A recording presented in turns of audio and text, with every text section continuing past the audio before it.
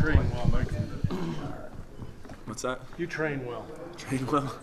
Pretty special deal to be a number 3 seed and have the opportunity to be home the next 2 weeks for you guys here. What's the overall thought? Yeah, it's great.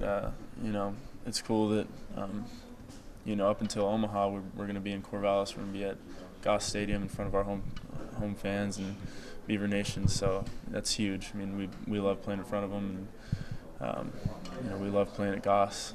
We play well there. You mentioned the up until Omaha. That's always the goal. I mean, that's you guys have kind of picture yourself there at this point in time. We do, yeah. We pictured ourselves there, all season, and since we've been together, at the end of last year, and so that's always that's the ultimate goal, and you gotta shoot for that goal because otherwise what are you doing? Does the crowd make a difference? The crowd makes a difference.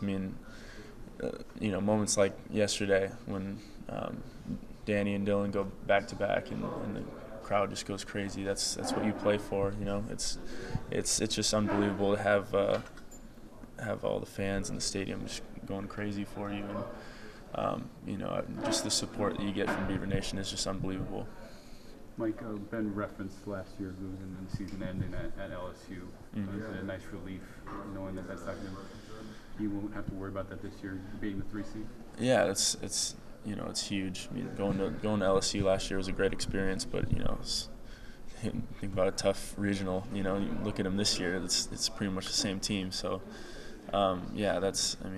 we think about that all the time when we lost at LSU, and felt like we played an incredible game, and we were just devastated that we felt like that we weren't going to be able to play as a team anymore. Ever again together, and it turns out this year we got pretty much the same team back again. And it's crazy. I feel like I was just here talking about going to LSU last year. So it's crazy how time goes like that. And we're trying to cherish these moments, I guess. Yeah. How different is this moment compared to last year? Is there more optimism now? Yeah, it's pretty different. Being the number 3 national seed, that's crazy. We can't be more excited about that. It's crazy. A lot more optimism. Like I said, we're the same team, but we're a year older and we're a year wiser, and we got more pieces to the puzzle. I think with Boyd's huge. Being our Friday guy, he's an incredible pitcher. We got Andrew Moore, who's one of the best pitchers I've ever seen in my life. Playing on being in the field with him, pitching it's pretty easy. Just waiting for a pop fly to come my way. But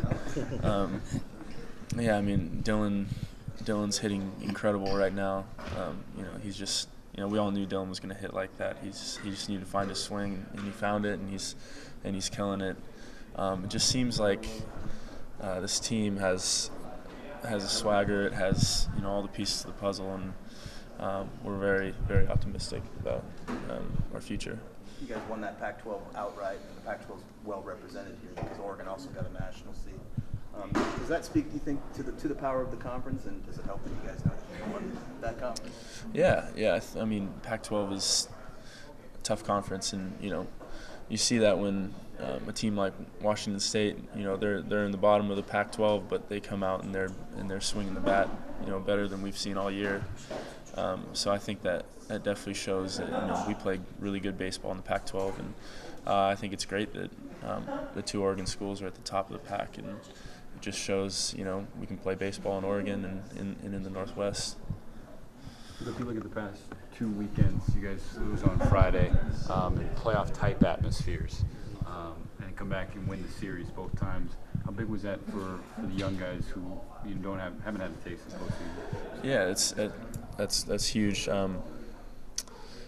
Losing on Friday is tough, and it's not something we like to do. Put a little pressure on ourselves for the rest of the weekend, but I think it's good that we've been in those situations. We know that we can come back and bounce back and win, in dominant fashion against the Ducks, and then come back against the Cougars, and with a little pressure.